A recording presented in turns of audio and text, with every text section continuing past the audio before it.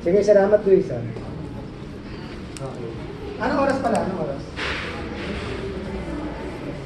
Okay, sige. Nandito ko sa... Ano po? Para sa Sa ano? Papaano? Dapat siguro, sabihan ko sila ng iba sila ng network service.